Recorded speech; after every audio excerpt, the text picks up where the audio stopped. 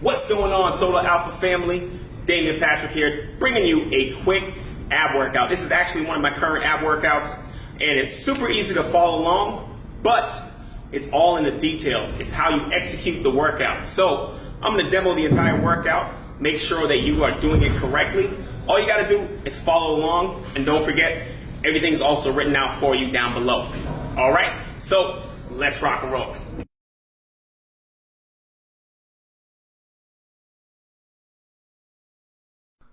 All right, so we kick off this workout with some heavy single hand cable crunches. And by heavy, I mean you're doing 10 reps on each side. So make whatever weight you pick, make it challenging, but make sure you can do that weight with proper form. Now let's talk about that proper form. The most important thing here is to keep your hips elevated and use those abdominal muscles.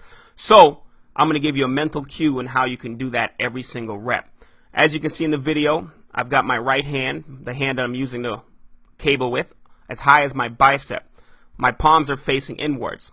My free hand, I'm keeping on my abdominal muscles. So here is the mental cue. I take a big breath in at the top. I pull my belly button in. What I'm thinking is I'm trying to touch my belly button to my back. So pull the belly button into your torso, pretending you're going to touch it to your back as you pull the weight down. So again, big breath in. Draw that belly button in as far as you can. As soon as that belly button starts to move in, that's when you're pulling the weight down. So the first thing that should move is that belly button. Also, make sure you're controlling the weight, not just in the down part of that motion, but also in the upward part. Make those abdominal muscles work twice as hard.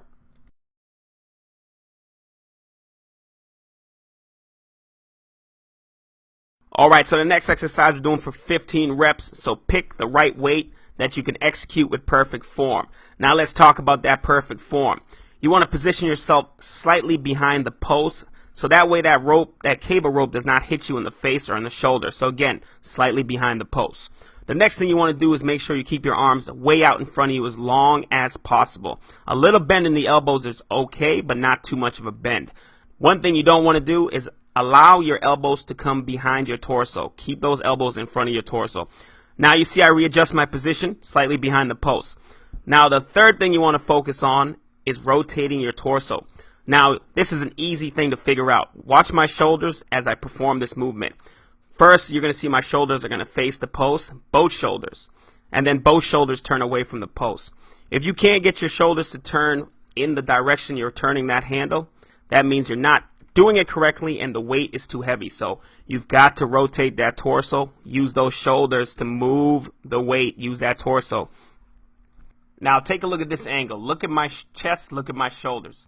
As you can see, I take a big breath in here, my chest and shoulders are facing the post. Exhale, chest and shoulders are facing the direction that I'm rotating that handle, to the floor or to the right. Again, you got to take that big breath in, use that torso, use those shoulders. Don't just use your hands. That's the biggest mistake I see when I see people trying to do any type of wood chopper.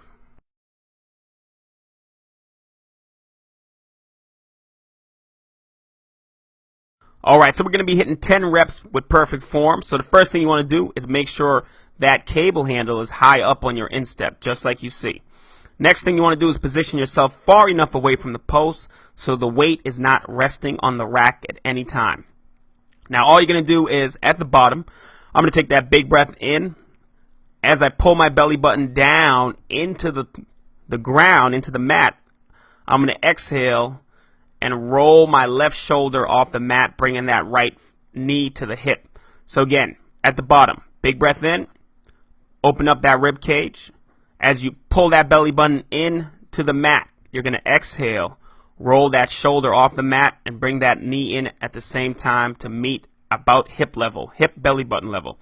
You don't need to roll both shoulders off the mat. It's only one shoulder at a time. You can see in the video, one shoulder is nice and relaxed.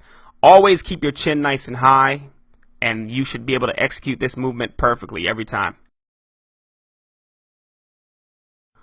So at this angle, you can see that I have that chin up nice and high off the clavicle. That right shoulder is not moving at all. It's nice and relaxed. And I'm fully extending my legs out and bringing them back in. The champ is here!